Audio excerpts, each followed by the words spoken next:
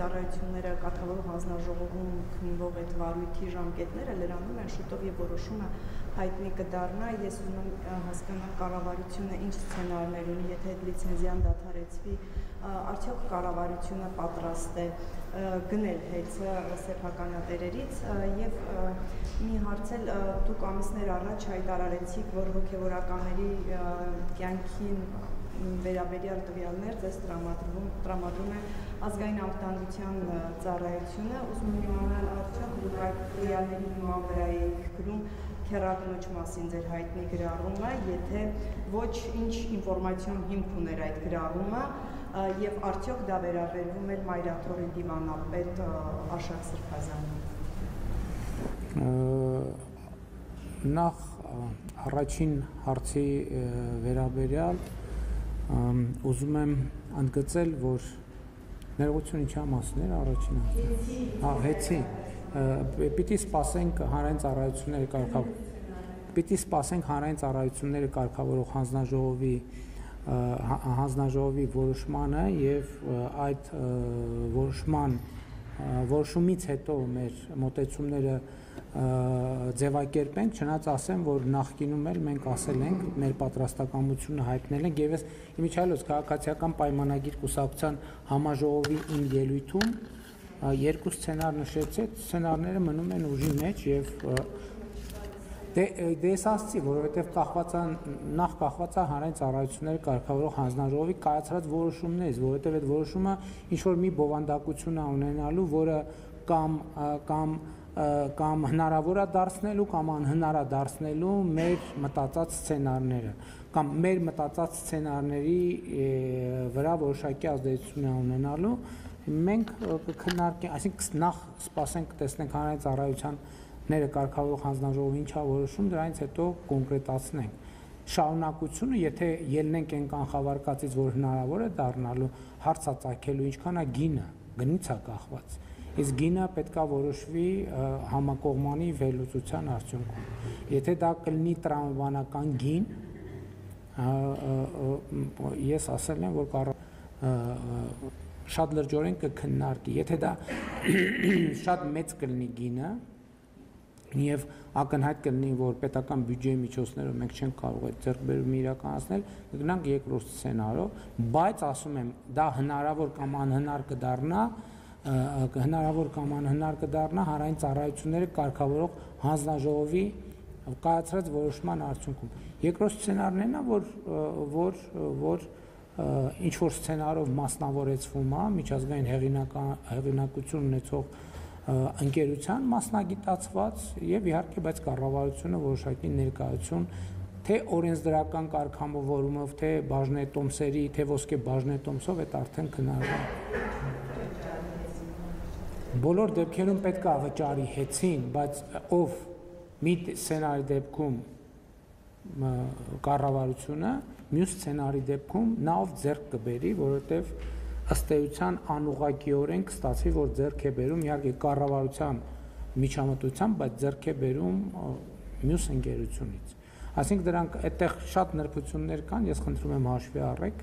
տնտեսատեխնիկական, որոնց ես կարող եմ չտիրապետել։ Ես քաղաքական շրջանակը կարող եմ գծել, մնացածը իրավաբանները, տնտեսագետները, մասնագետները, աուդիտորները իրենք ավելի ճիշտ հասցեատերն են այդ հարցի։ Հաջորդ հարցի, երկրորդ հարցն է։ Գիտեք, ես կարծում եմ այդ ամեն ինչի մասին նախ ամենահավաստի աղբյուրը ժողովուրդն է, այն մարդիկ, ովքեր հարաբերվում են եւ առնչվում են որոշակի շրջանակի հետ, որովհետև այդ մեզ է թվում, թե ինչ որ մենք խոսում ենք, այդ ամեն ինչը գաղտնի, այդ ամեն ինչը գաղտնի չի։ Այդ ամեն ինչը պարզվում է, որ նրանք, ովքեր առնչվում են այդ շրջանակի հետ, գիտեն մանրամասները, գիտեն շատ ավելին, քան մենք բռահում ենք։ Եվ ինչ վերաբերում է հարցի երկրորդ մասին, գիտեք, պիտի ցավով նշեմ, որ չեմ կարող վստահ լինել, որ նման դեպքերը եզակի են։ Գիտեք ինչ, իմ օրինակի մասին ինչ որ ես հարկ եմ համարել ասել եմ, հետո էլ ասածիս համար ներողություն եմ խնդրել։ Ինֆորմացիոն հիմքերը բազմազան են, ամենահավաստի ինֆորմացիոն հիմքը Հայաստանի Հանրապետության այն քաղաքացիներն են, ովքեր առնչվում են գիտեն այդ թեմաների մասին եւ ցավոք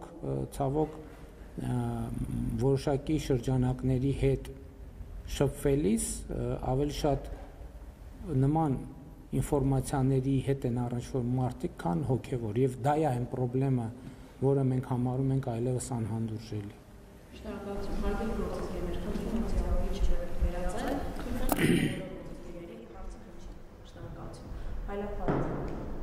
Շնորհակալություն, պարոն Փաշինյան, մասնավորեցնեք, որ ընկերությունն է, Սորենահայ Վերև Հայաստան, եւ դա ընկերություն է, եւ արդյոք Հայաստանը վճարել է Ադրբեջանի տրանզիտ ճանապարհի եւ այդ վճարելը որքան է կազմել այդ գումարը, եւ երկրորդ հարցը երեք թիվը ձեր այգնություն դիմախոսների Արման Թաթոյանն է հրապարակում արել, հայտնելով, որ եթե ինքը դառնա Հայաստանի վարչապետ, ինքը կզսպի Ադրբեջանի սահմանական քաղաքականությունը, օգտագործի բոլոր դիվանագիտական գործիքակազմերը, ինչի շահում այս կառավարության, այս իշխանության ողջունական։ Անկեղծ ասած, առաջին հարցին չեմ կարող պատասխանել,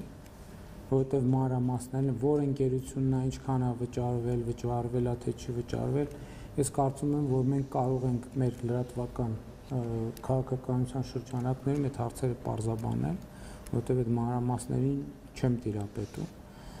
Ինչ վերաբերվում է Ադրբեջանի ինչ քաղաքականությանը, Ադրբեջանի, գիտեք ինչ, բոլոր հարցերը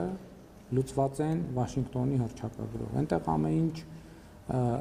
ընդ որում դա երկկողմանի փաստաթուղթ է ստորագրված նաև Միացյալ Նահանգների կողմից եւ պետք չէ կարգավորված հարցերը կարգավորելու մասին խոստումներ տալ։ Այդ հարցերը կարգավորված են։ Հաջորդ հարցը Վոլոդիա Հակոբյան Սիվիկյան։ Պարոն վարչապետ, վերջերս դուք ազգային ժողովի ամբիոնից հայտարարեցիք, որ մամուլի նորմաներով նշեցիք, որ եպիսկոպոսներից մեկը KGB-ի գործակալ է։ Մենք հիշում ենք, որ մամուլը գրել էր այդ մասին նշելով Եզրաս Ներսիսյանին, Կտրիչ Ներսիսյանի եղբորը համատեղությամբ։ Պարոն վարչապետ, վերջերս մի քանի օր առաջ Եզրաս Ներսիսյանը Ռուսաստանի Դաշնության նախագահ Վլադիմիր Պուտինի կողմից հերթական շքանշան ստացավ։ Ուզում եմ հասկանալ, դուք այստեղ կապ տեսնում եք եւ Եզրաս Ներսիսյանի նկատի ունեիք։ Ես չեմ ասել եպիսկոպոսներից մեկ, ասել եմ Կտրիչ Ներսիսյանի եղբայրը, չէ՞, տենց եմ, չէ՞, այսինքն տենց չի, որ ես տենց ինչ-որ անորոշ բան եմ ասել, ես նկատի եմ ունեցել, կարծեմ թե մի անունն եմ տվել,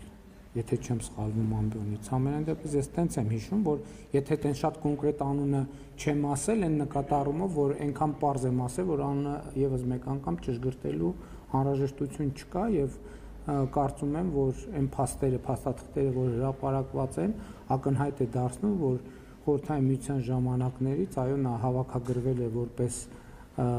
պակ գործակալ եւ դա փաստ է եւ իմիջայլոց հարգելի գործընկերներ, ես էլի զարմանում եմ, որ այսքան մեր հարգելի լրագրողները այդքան քննարկում են այդ հարցը, բայց տենց պարզաբանում չի ակնկալվում ոչ Կտրիչ Ներսիսյանից, ոչ իր եղբորից, այդ փաստերի առիթով։ Ասենք հիմա Կտրիչ Ներսիսյանը երկու հարց պետքա պարզաբանել, երկու հարց, որը պետքա ունենա շատ կոնկրետ պատասխան։ Հարց 1. Եթե Կտրիչ Ներսիսյանը երեխա ունի, եւ երեխան ծնվել է իր կուսակրոնության ուխտը ստանձնելուց հետո, ինքը կարող է լինել զբաղեցնել ամենայն հայոց կաթողիկոսի գահը։ Այս հարցը ինչի չի հնչում Հայաստանում։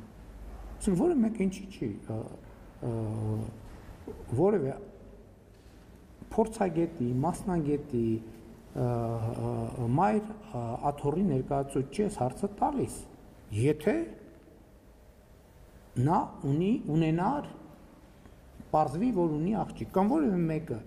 ով կուսակրոնության ուխտը ստանձնե, հետո երեխա է ունեցել, կարող է լինել կաթողիկոս, թե չի կարող։ Որովհետև այսօր իմ արձանագրումը ուզում եմ, որ ճիշտ լինի։ Կտրիչ Ներսիսյանը կաթողիկոս չի։ Հայաստանի այս առաքելական եկեղեցին այսօր չունի կաթողիկոս։